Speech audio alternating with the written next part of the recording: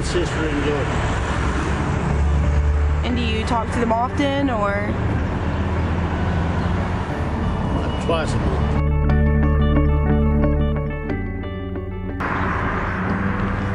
Well, it's cold, and I think that people that is here, you know, the homeless people is a person that, you know, they didn't go there by choice. You didn't get kicked out of your house by choice. You didn't come out of the army by choice. You might be a veteran laying on the side of the road. You've come to a conclusion that, hey, I didn't have nothing. The power cuts you off. The utilities cut you off because you don't have a job. If you had an apartment, if I had an apartment right here in this town, and I get 1 month behind in rent, the landlord kicks me out. I walk. You just walk around town? Walk. I mean, I can sit here a minute, or I can sit there a minute, but when it's like this morning when I went out, and it was 27 degrees, you can't sit down. You have to walk to keep your blood moving, or sit down and freeze. Not in this town, no I don't, but in Huntsville, Alabama, about 400 of them. Okay, I didn't realize it was that bad in Huntsville.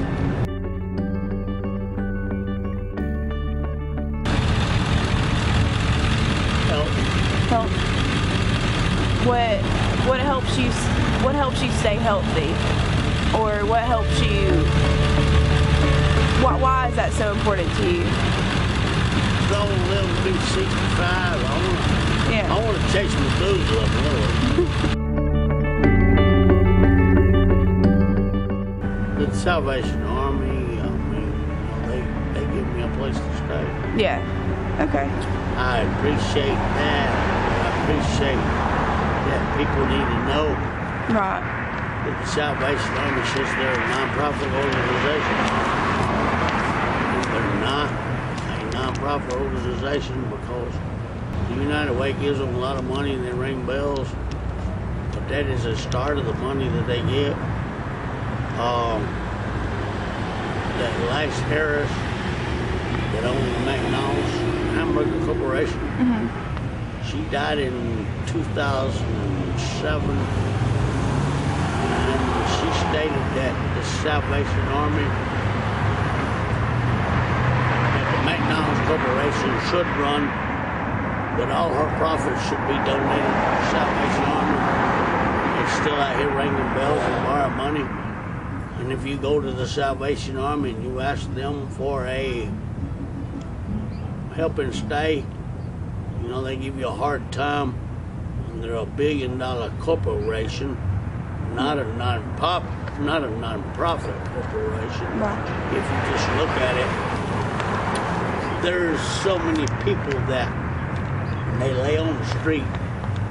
And why they lay on the street is because that the people that work at the Salvation Army, they drive Lexuses, they drive Hummers, they drive Audis, they drive the highest expensive cars, but they're making $7.25 an hour. I'm not Social Security, why can't I get it? Not no physical violence with none of the transits. I've had arguments with some of the people that run it because they got a little program. I don't know about this town, but the program in Huntsville, if you say you're going to go into their alcohol drug center, the people that leave the street, they put them in kitchen positions and everything, and they get to stay in there. Well, if you come in there and you ask them for an extra biscuit, the people that serving the food will tell you no. As far as the employees there, yeah, I've had a few problems with them, not many. Yeah. But at the same time, they'll tell me they can't help me with the bed, they only help permanent people. Well, what was your name again? Freddie Owens. It was nice to meet you, Fred. Thank you.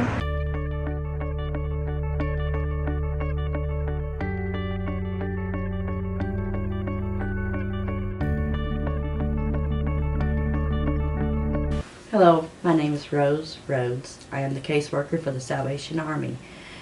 In that capacity, I handle the men's, women's shelters, and also our family housing units. What that contains is our men's shelter is a dormitory atmosphere for men to have shelter for the night, have an evening meal, and breakfast served to them. We can house up to 10 men in our men's shelters. We can house up to 6 women in our women's shelter. And we have 3 family units that can house up to 18 people. In the fiscal year 2012 to 2013, we housed 2,745 people. And we also did 5,769 meals. It varies to the amount of people I have in my shelter. Sometimes we are full to the capacity, and then other times we might have 4 to 5 people. During the winter, if someone has already been here past their maximum 30 days, we do allow them to stay one night, or during any kind of bad weather. Some of our residents had been here before because the maximum that they can stay is 30 days. And we did allow them to stay one night, so that gave them a chance during the day to find something the next night. We are just a nighttime facility for our men's and women's shelter. They are required to be looking for employment if they are not already employed. And some of our residencies do draw disability checks, but we do encourage them to look for part-time employment to help supplement their income, because a lot of times their income is just not enough to keep up the expenses that they have. Unfortunately, there is some that I've had to let go after 30 days. I don't like doing it, but you know, it's just part of our policies and procedures. I don't really have a whole lot of problems with the residencies. Some are really good about getting out there, finding employment, and then others, they are trying to see what's going to come their way. And unfortunately, those are the ones sometimes I have to let go. So far, I've been really lucky. The Lord's blessed us that we really haven't had to turn anyone away from our doors due to overcrowdedness. Like I said, we have been filled to the max, but luckily we've been able to find a place for people to lay their heads down. A homeless person, majority of the time,